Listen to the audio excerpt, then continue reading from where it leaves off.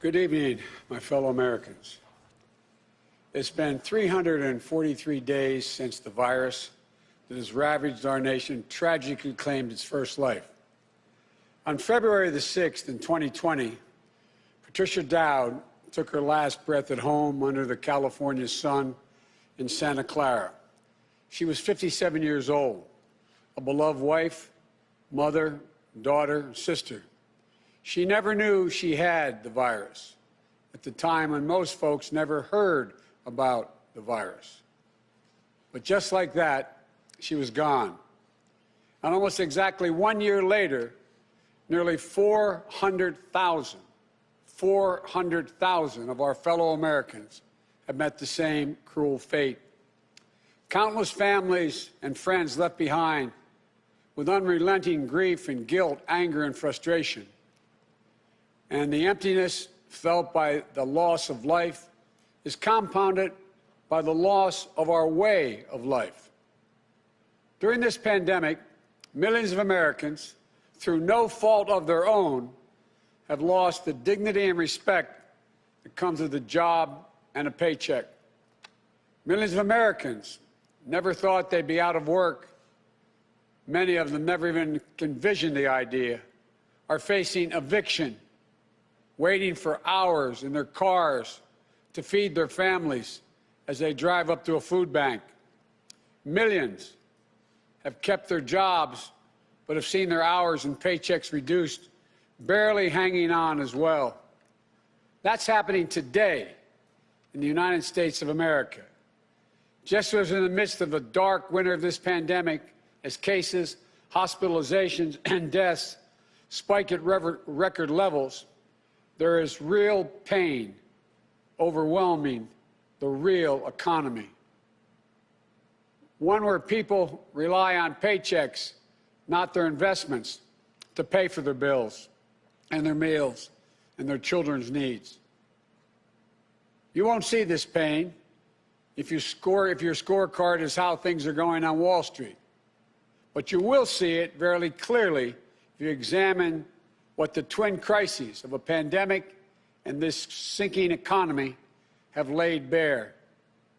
The growing divide between those few people at the very top who are doing quite well in this economy and the rest of America.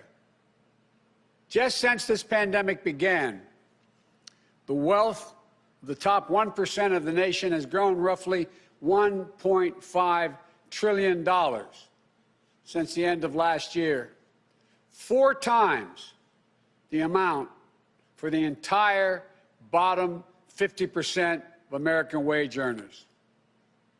Some 18 million Americans are still relying on unemployment insurance. Some 400,000 small businesses have permanently closed their doors. And it's not hard to see that we're in the middle of the once-in-several-generations economic crisis with a once-in-several-generations public health crisis. The crisis of deep human suffering is in plain sight, and there's no time to waste. We have to act, and we have to act now.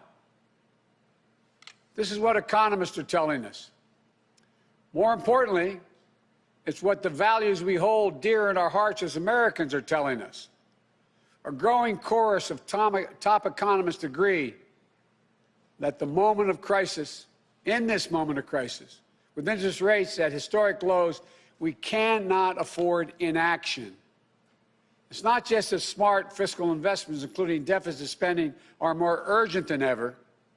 It's that the return on these investments in jobs, racial equity, will prevent long-term economic damage, and the benefits will far surpass the cost.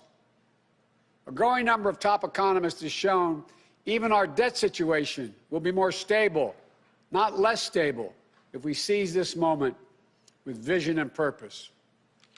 And so tonight, I'd like to talk to you about our way forward, a 2-step plan of rescue and recovery, a 2-step plan to build a bridge to the other side of the crisis we face to a better, stronger, more secure America.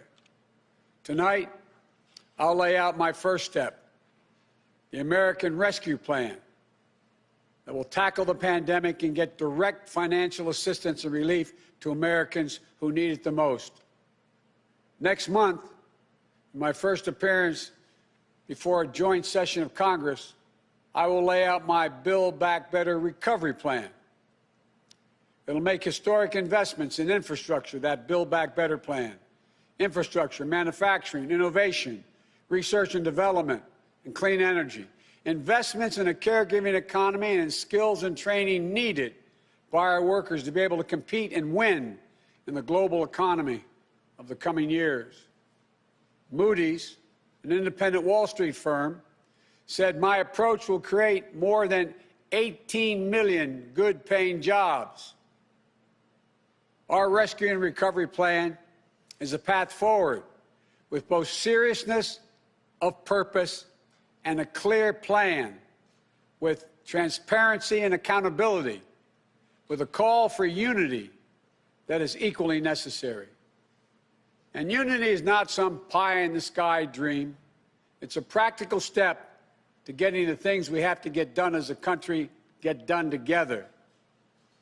As I said when it passed in December, the bipartisan COVID-19 relief package was a very important first step. And I'm grateful for the Democrats, Republicans, and independent members of Congress who came together to get it done. But I said at the time, it's just a down payment. We need more action, more bipartisanship, and we need to move quickly. We need to move fast.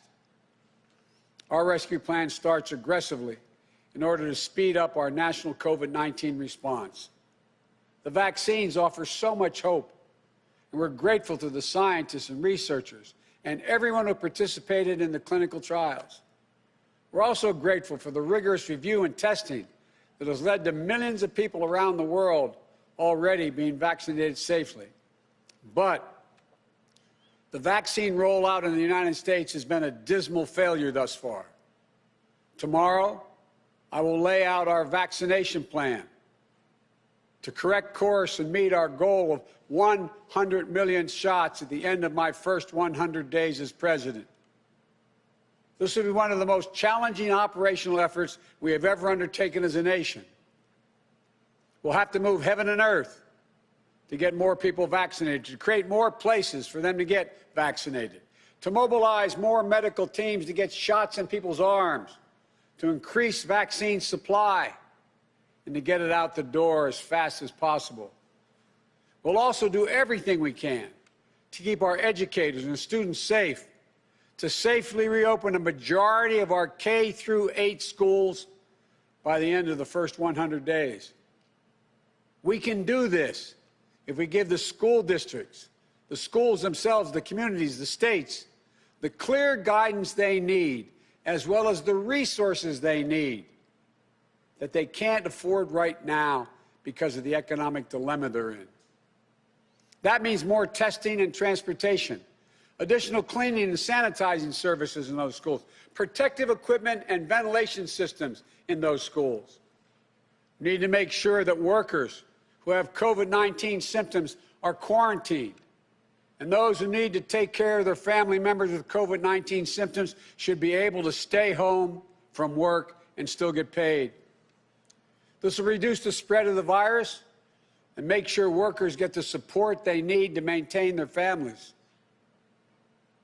But we need about $400 billion in funding from Congress to make all of what I just said happen. It's a great deal, but I'm convinced we are ready to get this done. The very health of our nation is at stake. Our rescue plan also includes immediate relief to Americans hardest hit and most in need. We will finish the job of getting a total of $2,000 in cash relief to people who need it the most. The $600 already appropriated is simply not enough. You just have to choose between paying rent and putting food on the table. Even for those who've kept their jobs, these checks are really important. You see, if you're an American worker making $40,000 a year with less than $400 in savings, maybe you've lost hours, or maybe you're doing fewer shifts, driving a truck or caring for the kids or the elderly. You're out there putting your life on the line to work during this pandemic and worried every week that you get sick, lose your job, or worse. $2,000 is going to go a long way to ease that pain. We'll also provide more peace of mind for struggling families by extending unemployment insurance beyond the end of March for millions of workers. That means that 18 million Americans currently relying on unemployment benefits while they look for work can count on these checks continuing to be there. Plus, there will be a $400 per week supplement so people can make ends meet. This gets money quickly into the pockets of millions of Americans who will spend it immediately on food and rent and other basic needs. As the economists tell us, that helps the whole economy grow. We'll also tackle the growing hunger crisis in America. As I speak, and the Vice President-elect has spoken to this many times, 1 in 7 households in America, more than 1 in 5 Black and Latino households in America, report they don't have enough food to eat. This includes 30 million adults and as many as 12 million children. It's wrong. It's tragic. It's unnecessary. It's unacceptable. So we're going to extend emergency nutritional assistance for 43 million children and their families enrolled in the SNAP program through the rest of this year. We'll help hard-hit restaurants prepare meals for the hungry, provide food for the families who need it. We will invest $3 billion in making sure mothers and their young children have the nutrition they need. This will not only meet our moral obligation we have to one another, but will also spur our economic growth, get restaurants and workers back on the job. And as we work to keep people from going hungry, we'll also work to keep a roof over their heads, to stem the growing housing crisis and evictions that are looming. Approximately 14 million Americans have fallen behind on rent, many at risk of eviction.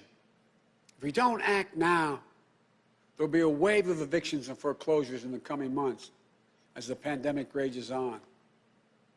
This would overwhelm emergency shelters, increase COVID-19 infections as people have nowhere to go and can't socially distance. Next week, we'll take action to extend nationwide restrictions on evictions and foreclosures.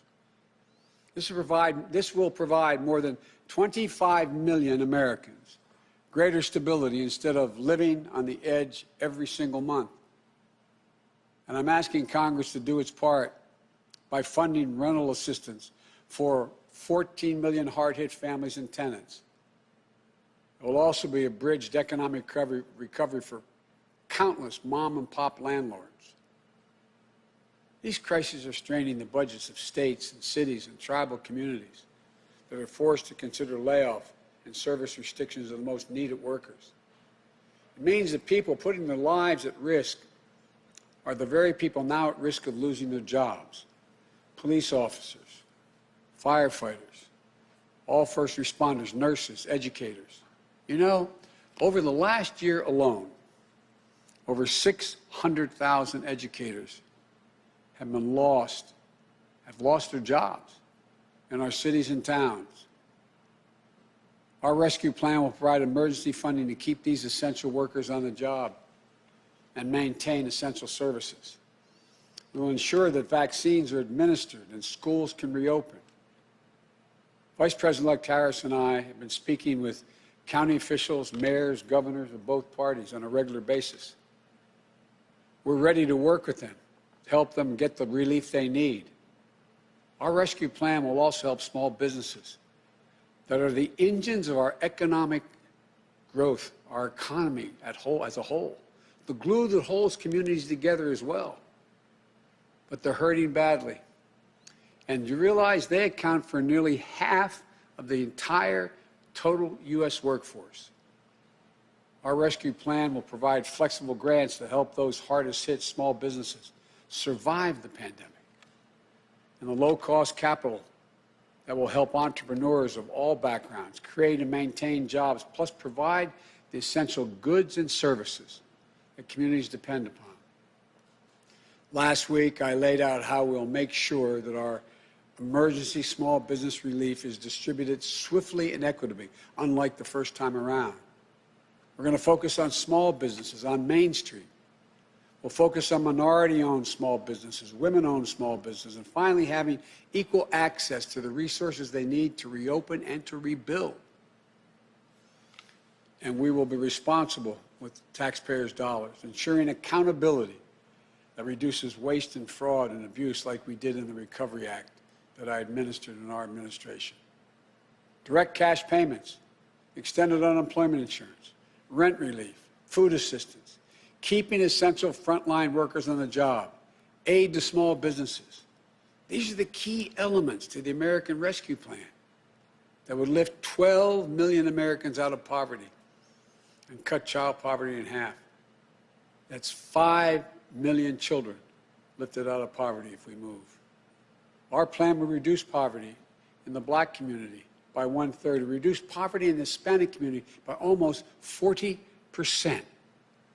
And it includes much more, like an increase in the minimum wage to at least $15 an hour. People tell me that's going to be hard to pass. Florida just passed it. As divided as that state is, they just passed it. The rest of the country is ready to move as well. It should be a national minimum wage of $15 an hour. No one working 40 hours a week should live below the poverty line. That's what it means. If you work for less than $15 an hour and work 40 hours a week, you're living in poverty. It includes access to affordable child care that will enable parents, particularly women, to get back to work. I look forward to working with members of Congress of both parties to move quickly to get the American Rescue Plan to the American people.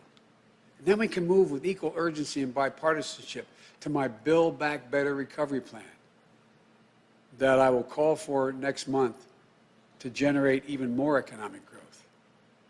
American manufacturing was the arsenal of democracy in World War II. It will be so again. Imagine a future made in America, all made in America, and all by Americans. We'll use taxpayers' dollars to rebuild America. We'll buy American products, supporting millions of American manufacturing jobs, enhancing our competitive strength in an increasingly competitive world. Imagine historic investments in research and development to sharpen America's innovative edge in markets where global leadership is up for grabs. Markets like the battery technology, artificial intelligence, biotechnology, clean energy. Imagine confronting the climate crisis with American jobs and ingenuity leading the world. It's time to stop talking about infrastructure and to finally start building an infrastructure so we can be more competitive. Millions of good-paying jobs that put Americans to work rebuilding our roads, our bridges, our ports, to make them more climate resilient, to make them faster, cheaper, cleaner, to transport American-made goods across our country and around the world. That's how we compete. And imagine millions of jobs in the caregiving economy to ease the financial burden of caring for young children and aged loved ones. Let's make sure our caregivers, mostly women, women of color, immigrants, have the same pay and dignity that they deserve. So we can do these bold, practical things now. Now. You know, I know what I just described does not come cheaply, but failure to do so will cost us dearly. The consensus among leading economists is we simply cannot afford not to do what I'm proposing. Independent, respected institutions from around the world, from the Federal Reserve to the International Monetary Fund, have underscored the urgency. Even Wall Street firms have reinforced the logic. If we invest now boldly, smartly, and with unwavering focus on American workers and families, we will strengthen our economy, reduce inequity, and put our nation's long-term finances on the most sustainable course. And where we're making permanent investments, recurring investments, as I said in the campaign trail, we will pay for them by making sure that everyone pays their fair share, not punishing anybody. We can do it without punishing a single person by closing tax loopholes for companies that ship jobs overseas, or to allow American companies, 90 of them, the top Fortune 500, to pay zero in federal income taxes, asking everyone to pay their fair share at the top so we can make permanent investments to rescue and rebuild America. It's the right thing for our economy. It's the fair thing. It's the decent thing to do. We not only have an economic imperative to act now, I believe we have a moral obligation. In this pandemic, in America, we cannot let people go hungry. We cannot let people get evicted. We cannot watch nurses, educators, and others lose their jobs. We so badly need them. We must act now and act decisively. My fellow Americans, the decisions we make in the next few weeks and months are going to determine whether we thrive in a way that benefits all Americans, or that we stay stuck in a place where those at the top do great, while economic growth for most everyone else is just a spectator sport, and where American prospects dim, not brighten. These investments will determine whether we reassert American leadership and outcompete our competitors in a global economy. We're better equipped to do this than any nation in the world. Or that we watch them catch up and pass us by. Together, I know which path we'll choose. And that includes all Americans, so we can own the 21st century. But even with all these bold steps, it's going to take time to get where we need to be. There will be stumbles, but I will always be honest with you about both the progress we're making and what setbacks we meet. And there will, and here's the deal, the more people we vaccinate, the faster we do it, the sooner we can save lives and put this pandemic behind us and get back to our lives and our loved ones. And the sooner we can rescue and rebuild the American economy, the biggest and most profitable engine in the world. I know it's been nearly a year that tested us beyond measure. For all of you who have lost someone, my heart goes out to you. I know that feeling looking at that empty chair across the table. All of you who've fallen on hard times, I know you can never get back what you lost. But as your president, I know that every day matters and every person matters. From the very first to the nearly 400,000 lost American souls and counting, to the millions of you just looking for a fighting chance in this economy, I promise you, we will not forget you. We understand what you're going through. We will never, ever give up. And we will come back. We'll come back together. Well, we didn't get into all this overnight. We won't get out of it overnight. And we can't do it as a separated and divided nation. The only way we can do it is to come together as fellow Americans, as neighbors, as the United States of America. And when we do, there's nothing beyond our capacity. I've said this many times. When America acts as one, there's never been a single thing we've been unable to do, no matter how consequential the issue has been. Out of all the peril of this moment, I want you to know, I give you a word, I see the promise as well. We've seen clearly what we face now. And I remain so optimistic about America. As optimistic as I've ever been. We have everything we need, but the will must be demonstrated. So come Wednesday, we begin a new chapter. The Vice President-elect and I will do our best to meet all the expectations you have for the country and the expectations we have for it. I'm confident. I am truly confident. Together, we can get this done and come out better off than when we went into this crisis. God bless you all, and may God protect our troops.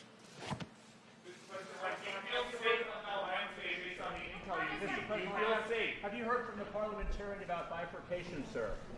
Will bifurcation work with this agenda and Come on, impeachment? guys, travelers, leave the load.